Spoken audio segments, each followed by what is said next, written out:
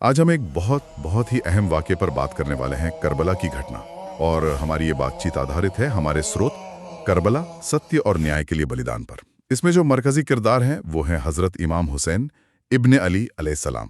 تو ہمارا مقصد ہے کہ اس سروت کے ذریعے ہم اس واقعے کی اصل روح کو، اس کے مطلب کو سمجھ سکیں۔ شروعات کرتے ہیں ذرا اس زمانے کے ماحول سے۔ اسلام میں ایک بار پھر فتنہ یا کہہ لیجئے کہ بگاڑ اور ناانصافی کا زور بڑھ رہا تھا۔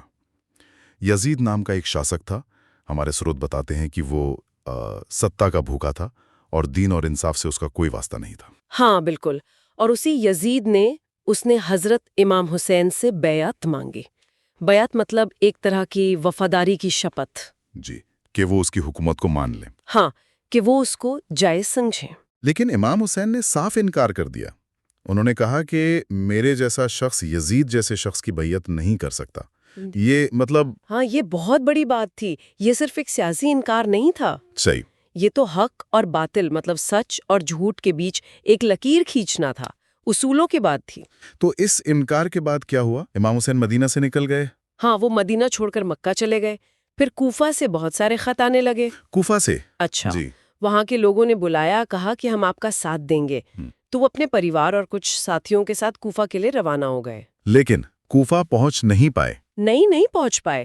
راستے میں ہی یزید کی فوج نے ان کا راستہ روک دیا اور انہیں کربلا نام کی ایک جگہ پر رکنے پر مجبور کر دیا۔ کربلا یہ کیسی جگہ تھی؟ یہ بالکل ریگستانی علاقہ تھا، ویران، پانی ملنا مشکل، اور فوج نے انہیں وہاں گھیر لیا تھا۔ باہر سے کوئی مدد آ ہی نہیں سکتی تھی۔ سوچی ذرا، امام حسین کے ساتھ وہاں کون کون تھا؟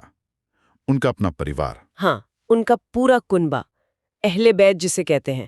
اس میں عورتیں تھیں، بچے تھے، اور ان کے قریب 72 بہت وفادار ساتھی تھے۔ 72 ساتھی؟ ہاں۔ اور اس میں وہ 6 مہینے کے بچے کا بھی ذکر آتا ہے؟ ہاں، ان کے 6 مہینے کے بیٹے علی اصغر وہ بھی تھے۔ اور سب سے بڑی زیادتی یہ کہ یزیدی فوج نے ان سب پر پانی بند کر دیا۔ پانی بند کر دیا؟ ہاں۔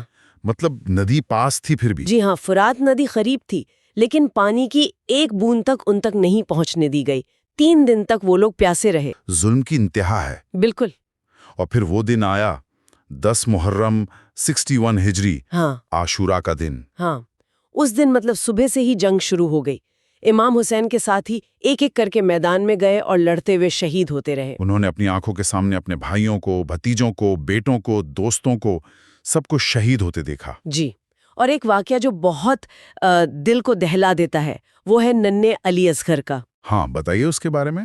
جب سب شہید ہو گئے اور امام حسین نے دیکھا کہ بچہ پیاس سے بے حال ہے تو وہ اسے اپنے ہاتھوں پر لے کر دشمن فوج کے سامنے گئے۔ انہوں نے پانی مانگا بچے کے لیے۔ ہاں، انہوں نے کہا کہ اگر تم مجھے گنہگار سمجھتے ہو تو اس معصوم بچے کی تو کوئی خطا نہیں، اسے تو پانی دے دو۔ اور جواب میں ایک تیر آیا جو اس ننھے بچے کے گلے میں لگا اور وہ وہیں امام کے ہاتھوں پر شہید ہو گیا۔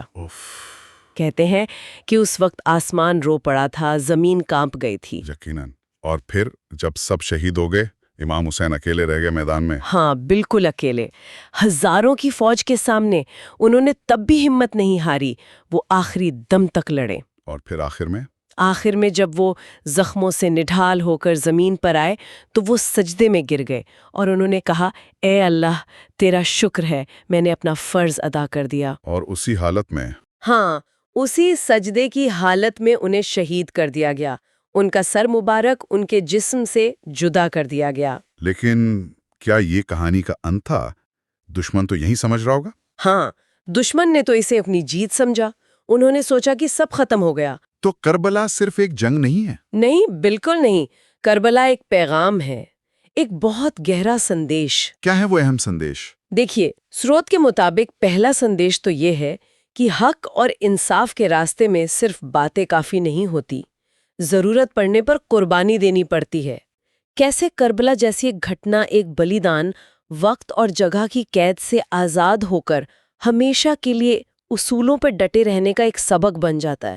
کیسے ایک شخص کی قربانی ایک پوری تحریک، ایک پورا آندولن بن جاتی ہے جو صدیوں تک لوگوں کو ہمت اور روشنی دیتی رہتی ہے۔